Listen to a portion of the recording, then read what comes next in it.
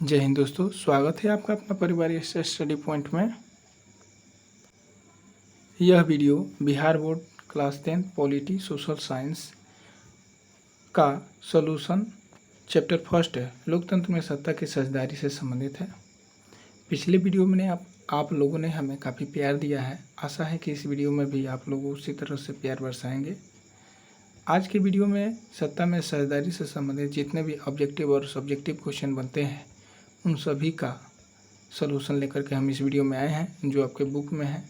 हूबहू same question का answer इसमें बताया गया है। तो चलिए अब हम वीडियो का स्टार्ट करते हैं। यदि आपको वीडियो फास्ट लगे तो आप अपने अनुसार से इसे देख सकते हैं, क्वालिटी चेंज करके भी देख सकते हैं। आज का आपका पहला क्वेश्चन है। प्रश्न 1। हर सामाजिक विभिन्नता सामाजिक विभाजन का रूप नहीं लेती। कैसे? उत्तर, प्रत्येक समाज में सामाजिक विभिन्नता पाई जाती है। समाज में विभिन्न धर्म, जाति, भाषा, समुदाय, लिंग इत्यादि के लोग रहते हैं, जो सामाजिक विभिन्नता का सूचक है। यह आवश्यक नहीं है कि ये राजनीतिक विभिन्नता सामाजिक विभाजन का आधार हो, क्योंकि भिन्न समुदाय के विचार भिन्न हो सकते हैं, लेकिन हित समान होगा। उदाहरण के लिए, मुंबई में मराठियों की हिंसा का शिकार व्यक्तियों की जातियां भिन्न थीं, धर्म भिन्न थे और लिंग भी भिन्न हो सकता है, परंतु उनका क्षेत्र एक ही था। वे सभी एक ही क्षेत्र विशेष के उत्तर भारतीय थे। उनका हित समान था। वे सभी अपने व्यवसाय और पेशा में संलग्न थे। उपर्युक्त कथनों के अध्ययन करने के पश्चात यह स्पष्ट हो जाएगा कि हर सामाजिक विभिन्नता सामाजिक विभाजन का रूप नहीं ले पाती है। नेक्स्ट क्वेश्चन, आपका 2 नंबर क्वेश्चन है। प्रश्न 2। सामाजिक अंतर कब और कैसे सामाजिक विभाजनों का रूप ले लेते हैं? उत्तर, सामाजिक अंतर एवं सामाजिक विभाजन में बहुत बड़ा अंतर पाया जाता है। सामाजिक विभाजन तब होता है जब कुछ सामाजिक अंतर दूसरी अनेक विभिन्नताओं से ऊपर और बड़े हो जाते हैं।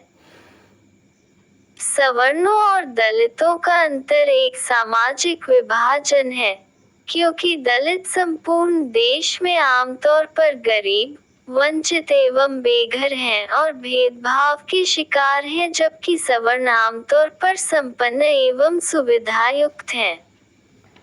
अर्थात दलितों को महसूस होने लगता है कि वे दूसरे समुदाय के हैं।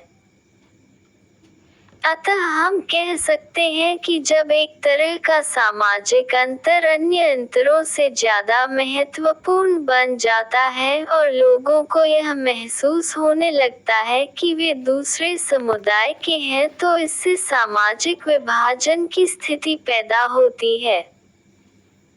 जैसे अमेरिका में श्वेत और अश्वेत का अंतर सामाजिक विभाजन है। वास्तव में उपर्युक्त कथनों के अध्ययन के बाद ये स्पष्ट होता है कि सामाजिक अंतर उस समय सामाजिक विभाजन बन जाता है जब अन्य अंतरों से ज्यादा महत्वपूर्ण बन जाता है। आपका आज का 3 नंबर प्रश्न है। प्रश्न 3। सामाजिक विभाजनों की राजनीति के परिणामस्वरूप ही लोकतंत्र के व्यवहार में परिवर्तन होता है। भारतीय लोकतंत्र के संदर्भ में इसे स्पष्ट करें। उत्तर, सामाजिक विभाजन दुनिया के अधिकतर देशों में किसी न किसी रूप में मौजूद है और यह विभाजन राजनीतिक रूप अख्तियार करती ही है। लोकतंत्र में राजनीतिक दलों के लिए सामाजिक विभाजनों की बात करना और विभिन्न समूहों से अलग अलग वायदे करना स्वाभाविक बात है। हमारे देश भारत में लोकतांत्रिक शासन व्यवस्था पाई जाती है। जनता अपने प्रतिनिधियों को मतदान के माध्यम से चुनकर देश की संसद या राज्य की विधानसभाओं में भेजती है। भारतीय लोकतंत्र में सामाजिक विभाजन का असर देश की राजनीति पर बहुत हद तक पड़ता है। साथ ही सरकार की नीतियां भी प्रभावित होती हैं। अगर भारत में पिछड़ों एवं दलितों के प्रति न्याय की मांग को सरकार शुरू से खारिज करती रहती है तो आज भारत विखंडन के कगार पर होता। लोकतंत्र में सामाजिक विभाजन की राजनीतिक अभिव्यक्ति एक सामान्य बात है और यह एक स्वस्थ राजनीतिक का लक्षण भी है। राजनीति में विभिन्न तरह के सामाजिक विभाजन की अभिव्यक्ति ऐसे विभाजनों के बीच संतुलन पैदा करने का भी काम रहती है। परिणामतः कोई भी सामाजिक विभाजन एक हद से ज्यादा उग्र नहीं हो पाता और यह प्रवृत्ति लोकतंत्र को मजबूत करने में सहायक भी होता है। लोग शांतिपूर्ण और संवैधानिक तरीके से अपनी मांगों को उठाते हैं और चुनावों के माध्यम से उनके लिए दबाव बनाते हैं। उनका समाधान पाने का प्रयास करते हैं।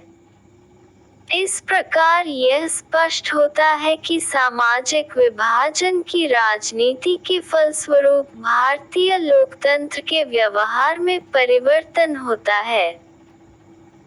आज का आपका 4 नंबर क्वेश्चन है प्रश्न 4। 70 के दशक से आधुनिक दशक के बीच भारतीय लोकतंत्र का सफर सामाजिक न्याय के संदर्भ में का संक्षिप्त वर्णन करें। दोस्तों, हम आशा करते हैं कि यह वीडियो आपको पसंद आ रही होगी। ऐसे ही वीडियो के लिए इस चैनल को आप सब्सक्राइब करें और बेल आइकन को प्रेस करें ताकि आगे आने वाला सारा नोटिफिकेशन आपको सबसे पहले मिले और आपका कोई भी क्लास ना मिस करें। तो चलिए हम आगे बढ़ते हैं।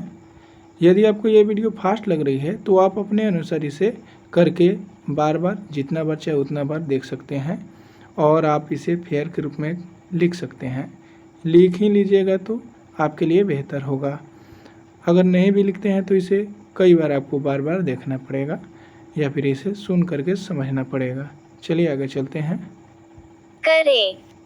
उत्तर 70 के दशक के पहले भारत की राजनीति सवर्ण सुविधा पर स्थित समूहों के हाथों में थी। अर्थात 1967 तक भारतीय राजनीति में सवर्ण जातियों का वर्चस्व रहना।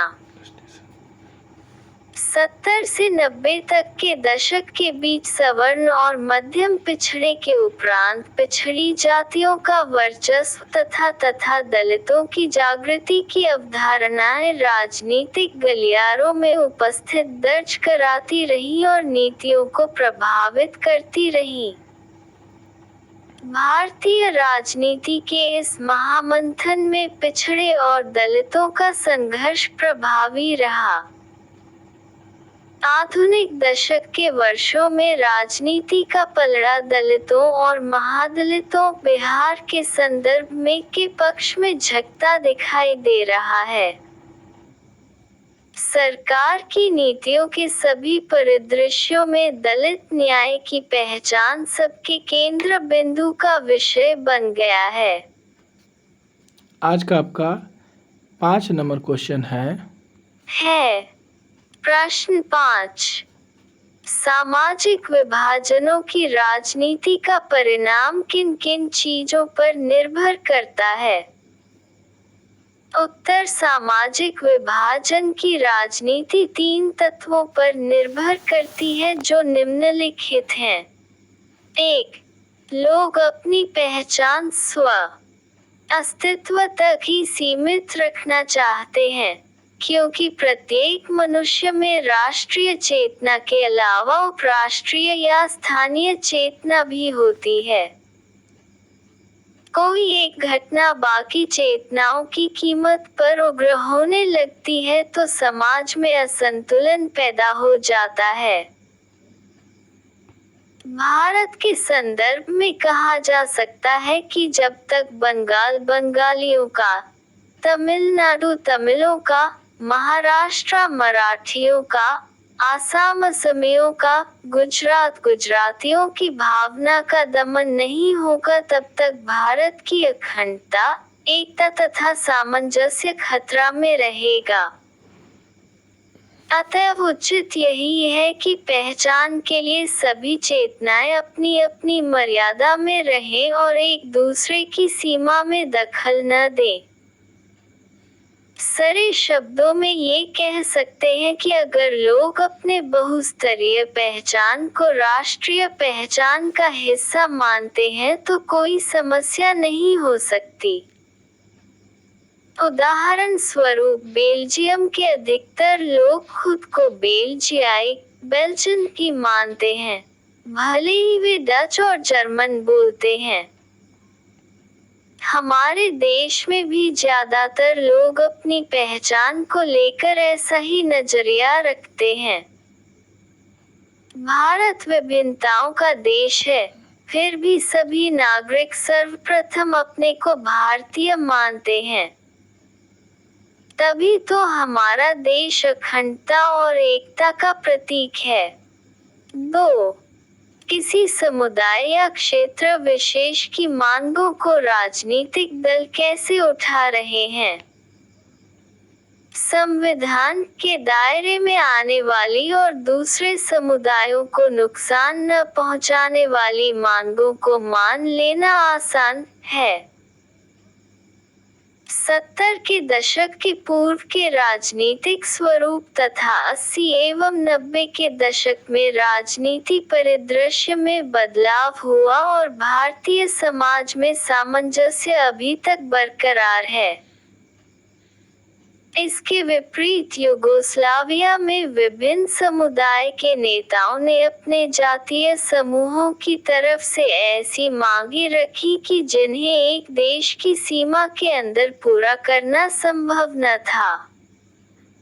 इसी के परिणामस्वरूप यूगोस्लाविया कई टुकड़ों में बंट गया। 3. सामाजिक विभाजन के राजनीति का परिणाम सरकार के खर्च पर भी निर्भर करता है। ये भी महत्वपूर्ण है कि सरकार इन मांगों पर क्या प्रतिक्रियाएं व्यक्त करती है।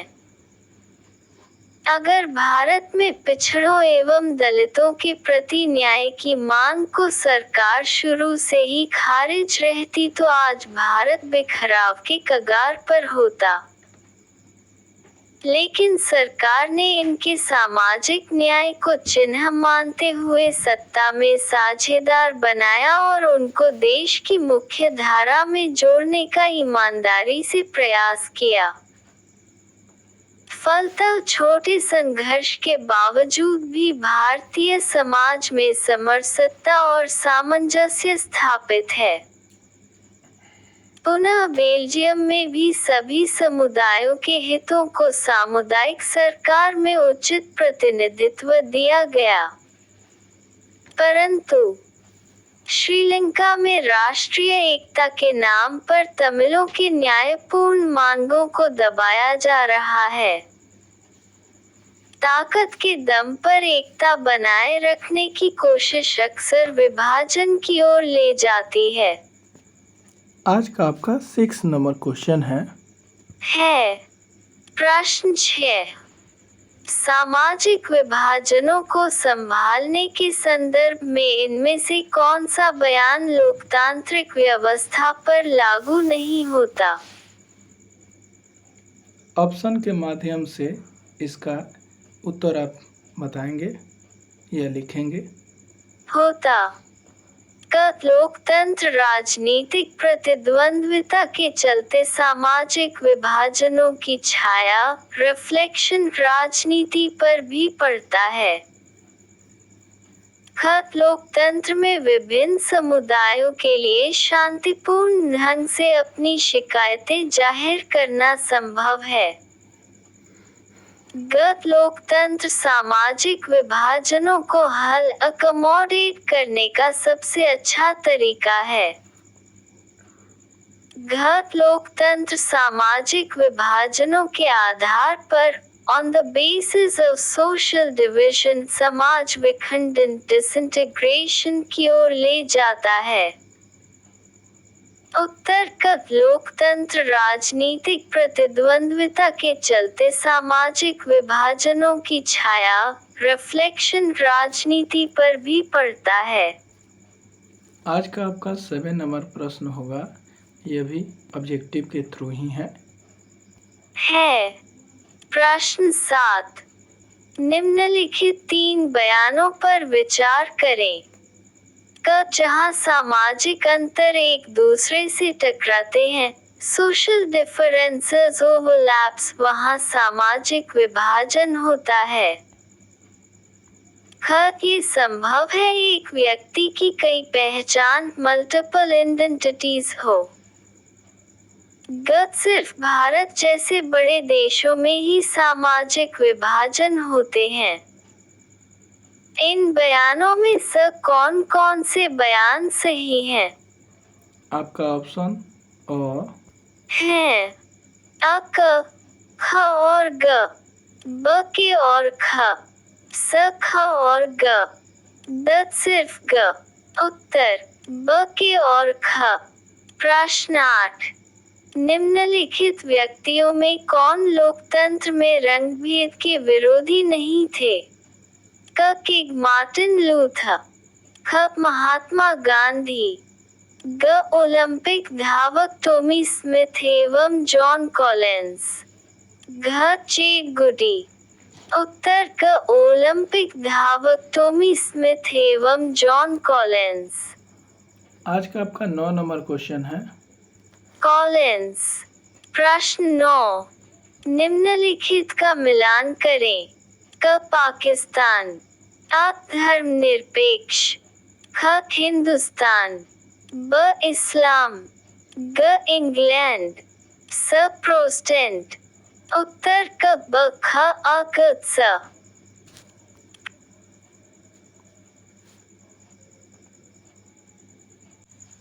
आप इस प्रश्न का उत्तर ऐसे समझ सकते हैं, पाकिस्तान का इस्लाम हो जाएगा,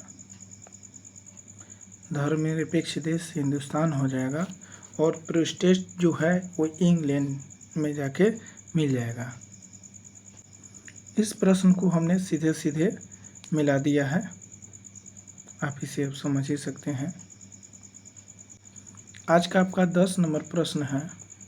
प्रश्न 10, भावी समाज में लोकतंत्र की जिम्मेवारी और उद्देश्य पर एक संक्षिप्त टिप्पणी लिखें। उत्तर वर्तमान में लोकतांत्रिक शासन व्यवस्था संसार के अधिकतर देश अपना रहे हैं, क्योंकि लोकतंत्र में लोगों के कल्याण की बातों को प्रमुखता दी जाती है। आज लोकतंत्र अपनी जड़ें जमा चुका है और यह धीरे धीरे परिपक्वता की ओर अग्रसर है। लोकतांत्रिक शासन व्यवस्था एक ऐसी शासन व्यवस्था है जिसके अंतर्गत लोग अपने प्रतिनिधियों को चुनकर संसद या विधानसभा में भेजते हैं। ये लोगों के कल्याण, सामाजिक समानता, आर्थिक समानता तथा धार्मिक समानता इत्यादि का पक्षधर है। इसी शासन तंत्र के अंतर्गत लोक कल्याणकारी राज्य बनाया जा सकता है। इस शासन व्यवस्था में जनता अपने प्रतिनिधियों को चुनती है और वे प्रतिनिधि जनता की भलाई के लिए कार्य करते हैं। वर्तमान समय में लोकतंत्र का क्रमिक विकास इस बात का सूचक है कि यह शासन व्यवस्था औरों से अच्छी है। लोकतंत्र एक ऐसा आधार प्रस्तुत करती है जिसमें लोगों के कल्याण के साथ साथ समाज का विकास भी संभव है। ये भावी समय के लिए एक ऐसा आधार प्रस्तुत करती है जिसमें लोगों के कल्याण की भावना छुपी है।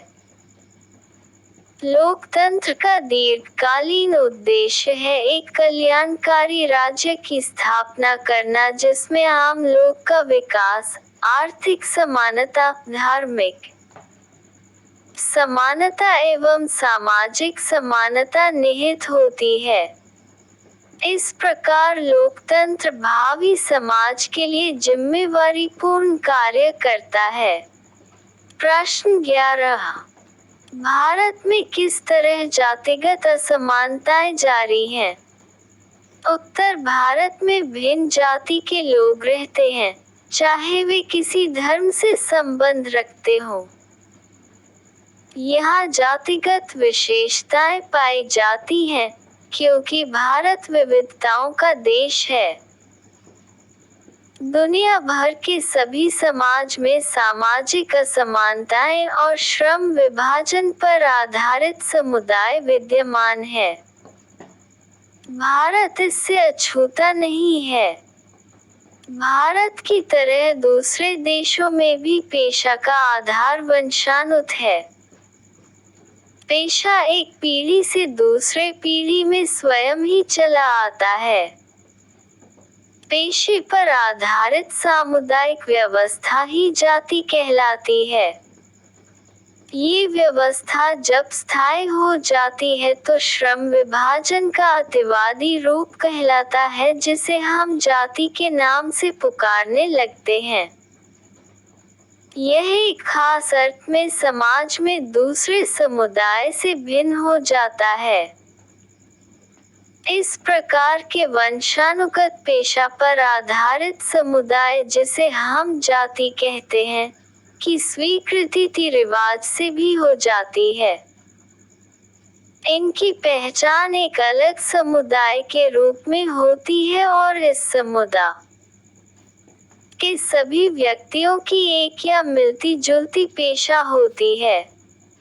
इनके बेटे बेटियों को शादी आपस के समुदाय में ही होती है और खान पान भी समान समुदाय में ही होता है। अन्य समुदाय में इनकी संतानों की शादी न तो हो सकती है और न ही करने की कोशिश करते हैं।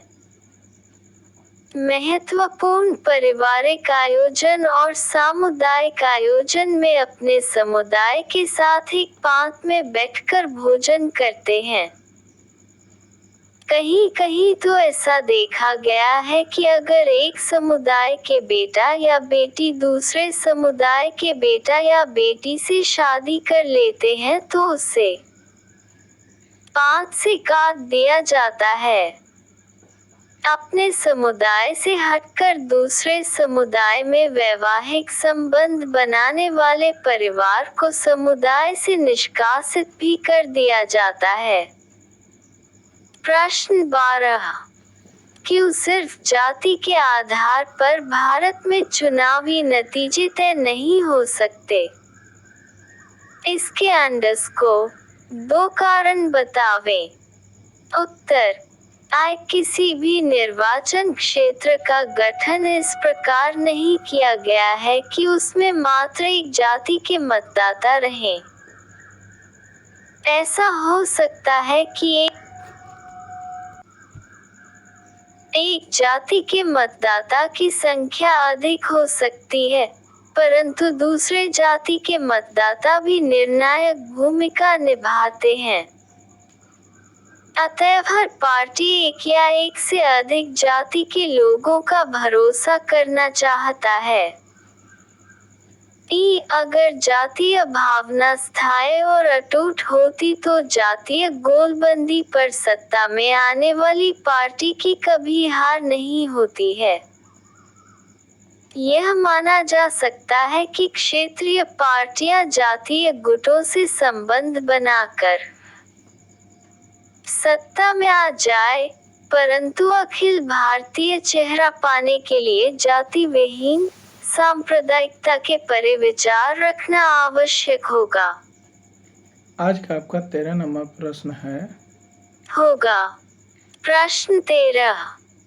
विभिन्न तरह की सांप्रदायिक राजनीति का ब्यौरा दे और सबके साथ एक उदाहरण दे। उत्तर। जब हम ये कहना आरंभ करते हैं कि धर्म ही समुदाय का निर्माण करता है तो सांप्रदायिक राजनीति का जन्म होता है और इस अवधारणा पर आधारित सोच ही सांप्रदायिकता कहलाती है। हम प्रत्येक दिन सांप्रदायिकता की अभिव्यक्ति देखते हैं, महसूस करते हैं, यथा धार्मिक पूर्वाग्रह, परंपरागत धार्मिक अवधारणाएं एवं एक धर्म को दूसरे धर्म से श्रेष्ठ मानने की मान्यताएं। सांप्रदायिकता की सोच प्रायः अपने धार्मिक समुदाय की प्रमुख राजनीति में बरकरार रखना चाहती है। जो लोग बहुसंख्यक समुदाय के होते हैं उनकी यह कोशिश बहुसंख्यकवाद का रूप ले लेती है। उदाहरणार्थ श्रीलंका में सिंगलियों का बहुसंख्यकवाद। यहाँ लोकतांत्रिक रूप से निर्वाचित सरकार ने भी सिंगली समुदाय की प्रभुता कायम करने के लिए अपने बहुसंख्यक परिस्थिति के तहत कई कदम उठाए। यथा 1956 में सिंगली को एकमात्र राज्य भाषा के रूप में घोषित करना, विश्वविद्यालय और सरकारी नौकरियों में सिंगलियों को प्राथमिकता देना, बौद्ध धर्म के संरक्षण हेतु कई कदम उठाना आदि। सांप्रदायिकता के आधार पर राजनीति गोलबंदी सांप्रदायिकता का दूसरा रूप है। इस हेतु पवित्र प्रतीकों, धर्म गुरुओं और भावनात्मक अपील आदि का सहारा लिया जाता है। निर्वाचन के वक्त हम अक्सर ऐसा देखते हैं। किसी खास धर्म के अनुयायियों से किसी पार्टी विशेष के पक्ष में मतदान करने की अपील कराई जाती है और अंत में सांप्रदायिकता का भयावह रूप तब हम देखते हैं जब संप्रदाय के आधार पर हिंसा, दंगा और नरसंहार होता है।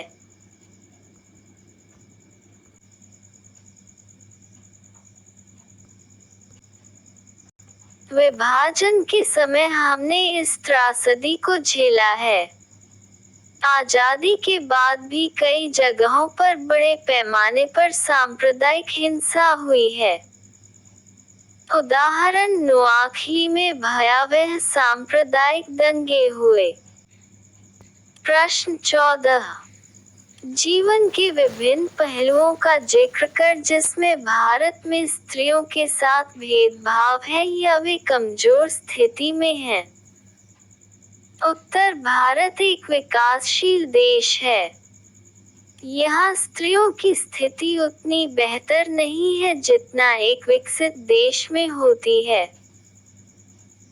भारत में स्वतंत्रता प्राप्ति से पहले स्त्रियों की स्थिति बहुत ही विकट थी और आजादी के बाद स्त्रियों की स्थिति में बहुत थोड़ा बदलाव आया, लेकिन वह काफी नहीं था।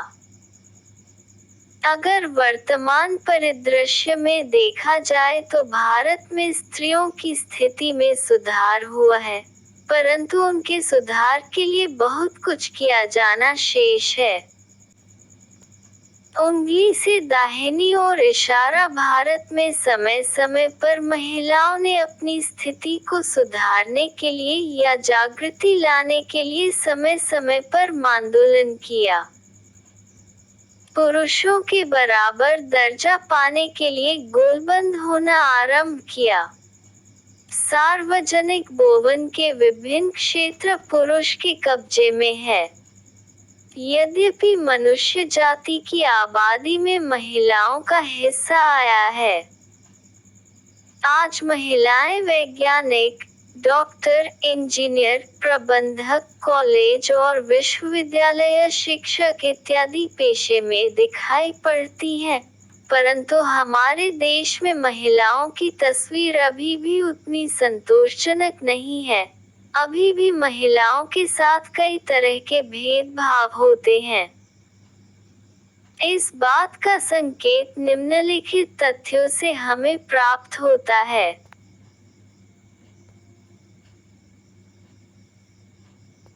उंगली से दाहिनी ओर इशारा महिलाओं में साक्षरता की दर अब भी मात्र 54% है, जबकि पुरुष 76%। यद्यपि स्कूली शिक्षा में कई जगह लड़कियां अव्वल रही हैं, फिर भी उच्च शिक्षा प्राप्त करने वाली लड़कियों का प्रतिशत बहुत ही कम है। इस संदर्भ के लिए माता पिता के नजरिए में भी फर्क है। माता पिता की मानसिकता बेटों पर अधिक खर्च करने की होती है। यही कारण है कि उच्च शिक्षा में लड़कियों की संख्या सीमित है। लार्ज डायमंड शिक्षा में लड़कियों के इसी पिछड़ेपन के कारण अब भी ऊंची तनख्वाह वाली और ऊंचे पदों पर पहुंचने वाली महिलाओं की संख्या बहुत ही कम है। देखिए दोस्तों, ये वीडियो बहुत लंबा हो जाएगा, इसलिए कुछ चीज़ें आप छोड़ करके लिखेंगे। ये टॉपिक आप छोड़ देंगे तो भी कोई दिक्कत नहीं होगा। इसके आगे का टॉपिक देखिए दोस्तों, यहाँ से ज़रूर लिखेंगे। लैंगिक पूर्वाग्रह का काला पक्ष बड़ा दुखदाई है। जब भारत के अनेक हिस्से में माँ बाप को सिर्फ लड़के की चाह होती है, लड़कियाँ जन्म देने से पहले हत्या कर देने की प्रवृत्ति इसी मानसिकता का परिणाम है। नेक्स्ट पैराग्राफ चेंज करके लिखेंगे।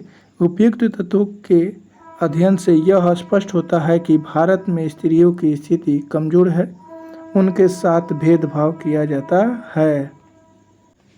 आज का आपका 15 नंबर प्रश्न है। प्रश्न 15, भारत की विधायिकाओं में महिलाओं के प्रतिनिधित्व की स्थिति क्या है? उत्तर भारत में महिला आंदोलन की मुख्य मांगों में सत्ता में भागीदारी की मांग सर्वोपरि रही। औरतों ने ये सोचना प्रारंभ कर दिया कि जब तक औरतों का सत्ता पर नियंत्रण नहीं होगा, तब तक इस समस्या का निपटारा नहीं होगा। परिणामस्वरूप राजनीतिक गलियाचारों के इस बात की बहस शुरू हो गई कि इस लक्ष्य को प्राप्त करने का सबसे बेहतर तरीका ये होगा कि चुने हुए प्रतिनिधियों की हिस्सेदारी बढ़ाई जाए। यद्यपि भारत के लोकसभा में महिला प्रतिनिधियों की संख्या 59 हो गई है, फिर भी यह 11% के नीचे है। पिछले लोकसभा चुनाव में 40% महिलाओं की पारिवारिक पृष्ठभूमि आपराधिक थी, परंतु इस बार 15वीं लोकसभा चुनाव में मतदाताओं ने अपराधियों को नकार दिया। 90% महिला सांसद स्नातक हैं। महिलाओं का प्रतिनिधित्व बढ़ना लोकतंत्र के लिए शुभ है। अतः भारत की विधायिकाओं में महिलाओं का प्रतिनिधित्व पुरुषों की तुलना में बहुत कम है। आज का आपका 16 नंबर प्रश्न है। आज का आपका 16 नंबर क्वेश्चन है। आज का आपका प्रश्न संख्या 16 है। प्रश्न 16, किन्हीं दो प्रावधानों का जिक्र करें जो भारत को धर्मनिरपेक्ष देश बनाते हैं। उत्तर, हमारे संविधान में धर्मनिरपेक्ष समाज की स्थापना के लिए अनेक प्रावधान किए गए हैं, जिनमें दो इस प्रकार हैं। लार्ज डायमंड, हमारे देश में किसी भी धर्म को राजकीय धर्म के रूप में स्वीकार नहीं किया गया है। श्रीलंका में बौद्ध धर्म, पाकिस्तान में इस्लाम और इंग्लैंड में ईसाई धर्म को जो दर्जा दिया गया है, उसके विपरीत भारत का संविधान किसी धर्म को विशेष दर्जा नहीं देता। हमारे संविधान के अनुसार धर्म के आधार पर किसी प्रकार का भेदभाव असंवैधानिक घोषित है। आज का आपका 17 नंबर प्रश्न ऑब्जेक्टिव के जैसा है। कहा जा रहा है, जब हम लैंगिक विभाजन की बात करते हैं तो हमारा अभिप्राय होता है, क्या होता है? ऑप्शन क है स्त्री और पुरुष के बीच जैविक अंतर, ख है समाज द्वारा स्त्री और पुरुषों को दी गई असमान भूमिकाएं, ग बालक और बालिकाओं की संख्या का अनुपात, घ लोकतांत्रिक व्यवस्था में महिलाओं को मतदान अधिकार न मिलना। आपका इसका उत्तर हो जाएगा 17 नंबर का क स्त्री और पुरुष के बीच जैविक अंतर। आपका आज का 18 नंबर प्रश्न होगा, भारत में कहाँ पर औरतों के लिए आरक्षण की व्यवस्था किया गया है? ऑप्शन क है लोकसभा में, ऑप्शन ख है विधानसभा में, ऑप्शन ग है मंत्रिमंडल में, ऑप्शन घ है पंचायती राज संस्थाएं में। आपका 18 नंबर का आंसर हो जाएगा घ पंचायती राज संस्थाएं में। आज का आपका 19 नंबर प्रश्न है, सांप्रदायिक राजनीति के अर्थ संबंधी निम्न कथनों पर गौर करें। सांप्रदायिक राजनीति किस पर आधारित है? आपका ऑप्शन क है एक धर्म दूसरे धर्म से श्रेष्ठ है, ऑप्शन ख है विभिन्न धर्मों के लोग समान नागरिकों के रूप में खुशी खुशी साथ रहते हैं, ऑप्शन ग है एक धर्म के अनुयायी एक समुदाय बनाते हैं, ऑप्शन घ है एक धार्मिक समूह का प्रभुत्व बाकी सभी धर्मों पर कायम रहने में शासन की शक्ति का प्रयोग नहीं किया जाता है, नहीं करते हैं। आपका इस 19 नंबर प्रश्न का उत्तर हो जाएगा घ एक धार्मिक समूह का प्रभुत्व बाकी सभी धर्मों पर कायम रखने में शासन की शक्ति का प्रयोग नहीं किया जा सकता है। आज का आपका 20 नंबर प्रश्न होगा, भारतीय संविधान के बारे में इनमें से कौन सा कथन सही है? आपका ऑप्शन क है यह धर्म के आधार पर भेदभाव की मनाही करता है, ऑप्शन ख है यह एक धर्म को राजकीय धर्म बनाता है, आपका ऑप्शन ग है सभी लोगों को कोई भी धर्म मानने की आज़ादी देता है, ऑप्शन घ है किसी धार्मिक समुदाय में सभी नागरिकों को बराबरी का अधिकार देता है। आपका उत्तर होगा क यह धर्म के आधार पर भेदभाव की मनाही करता है। आपका आज का 21 नंबर क्वेश्चन है, डैश डैश खाली स्थान पर आधारित विभाजन सिर्फ भारत में है। आपका उत्तर होगा जाति धर्म और लिंग के आधार पर विभाजन सिर्फ भारत में है। आपका 22 नंबर क्वेश्चन होगा, सूची फर्स्ट को सूची 2 के साथ मिलान करना है और क्वेश्चन एक तरफ सूची दिया गया है, दूसरी तरफ दूसरी सूची दिया गया है।